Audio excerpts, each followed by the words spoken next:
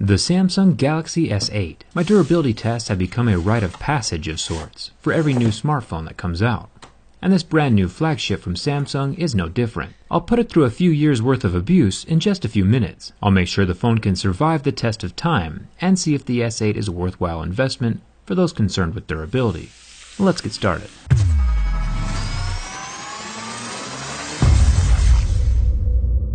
This orchid gray color is the one lucky enough to end up on my desk. A new color variation for this round of smartphones. It's nice to see something different than the standard black, gold, and silver that pretty much every manufacturer has. The phone is cold and solid feeling in my hand, so we're off to a good start. The scratch test is always first. My Moz picks do a pretty good job of seeing how scratch resistant the screen is. Plastic screens like the Galaxy S7 Active would scratch at a level 3. Last year's Galaxy S7 Edge scratched at a level 6, which is pretty much the standard for smartphones at the moment. A sapphire screen would get into the levels 8 or 9 on the hardness scale, and I'm working on getting my hands on one of those phones, but they're pretty rare. The good news is the Gorilla Glass 5 on this Galaxy S8 scratched at a level 6, so your normal keys and coins won't do any damage to this glass.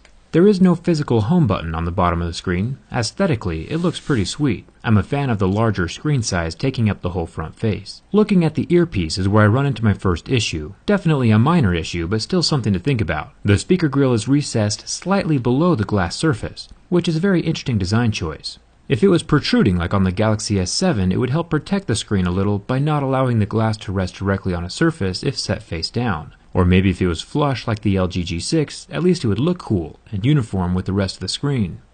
But recessed under the glass is just asking for it to collect all kinds of lint and dust and other goodies from your pocket, or even makeup off your face. Recessed isn't the most ideal design choice. The good news is that the grill is made of metal, so when it does need to be cleaned out, it's pretty secure and won't be falling out on its own, like we've seen with some of the other phones I've tested. One more thing is the speaker size. The S7 Edge that I've been using for the past year is already pretty quiet, and the grill on the S8 is less than half of the size.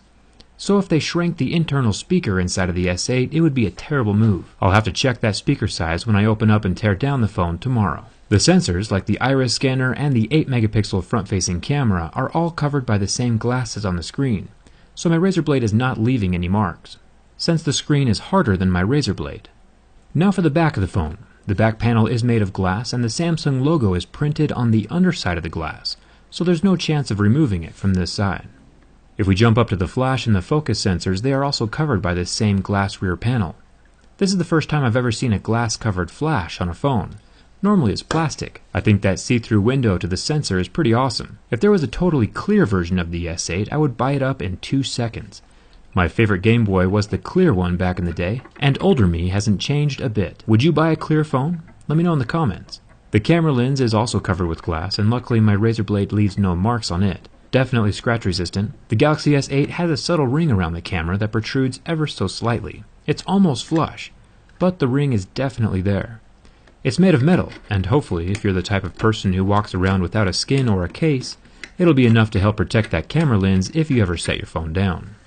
Now the fingerprint scanner, off to the right of the camera, is definitely in a unique spot. It'll take some getting used to. After heavily scratching the fingerprint scanner, I was able to set my fingerprint with no major issues. It still unlocked the phone almost every time. Without looking though, it was pretty hard to differentiate between the camera lens and the fingerprint scanner with my fingertip, since they are pretty close together. Hopefully muscle memory will improve with time, and I'll get better at it. Now it's time for the hypothetical apocalypse test. The Galaxy S8 has a 5.8-inch Super AMOLED display. Now, in the past, when I roast an AMOLED display with my lighter, like with the Galaxy S7, it'll start to go white after about 10 seconds and never recover. But this Galaxy S8 lasted 30 seconds. The screen still went white, but then completely recovered. I'm happy about the success, but I'm also all about second chances. But even after another 30-second round of flame, the screen had no markings. Definitely impressive. Speaking of apocalyptic scenarios, I talked Audible into giving a free book to every single one of my subscribers. So if dystopian novels are your thing, and you like free stuff, I highly recommend Fahrenheit 451 by Ray Bradbury, or another book called 1984 by George Orwell.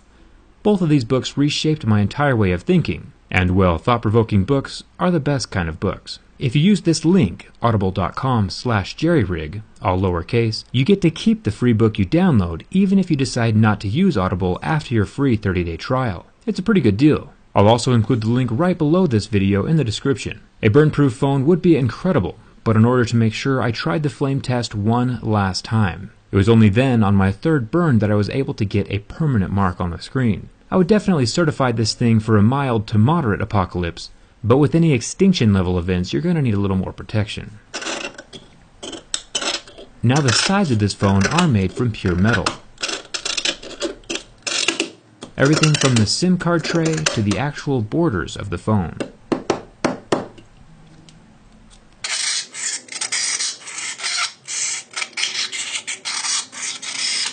The phone might look a little beat up at this point, but it's still less violent than Flying United. All of the buttons are made from metal. Even Bixby, our permanent new best friend that nobody asked for, is also metal.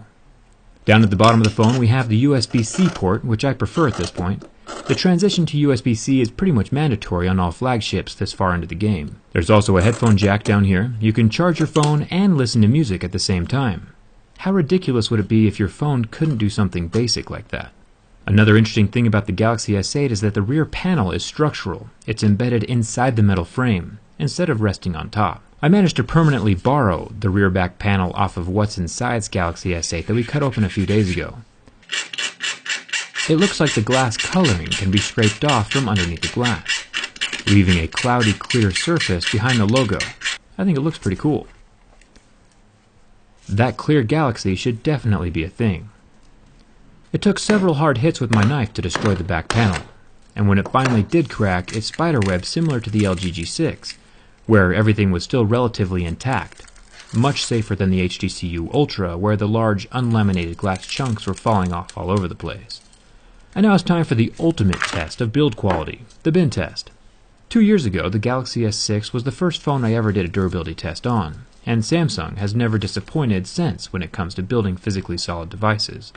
There is almost zero flex to this thing, and more importantly, no seals are being broken either, so everything is still water resistant. It's nice that you can count on your phone, even if an irresponsibly large amount of pressure is applied to both ends. The flashlight complained for a few seconds about the abuse, but other than that, I'd have to say that the Galaxy S8 is an incredibly well-built phone, and definitely a candidate for my daily driver. My Twitter and Instagram followers got a spoiler-free preview of the phone before this video went live, so if you like seeing tech tested, follow me over there. And don't forget your free 30-day trial from Audible. For real, it's free. With Audible, you can read or listen directly from your phone, so you'll always have something productive in your pocket. Link is in the description. I'll see you guys tomorrow for the teardown. Thanks for watching. I'll see you around.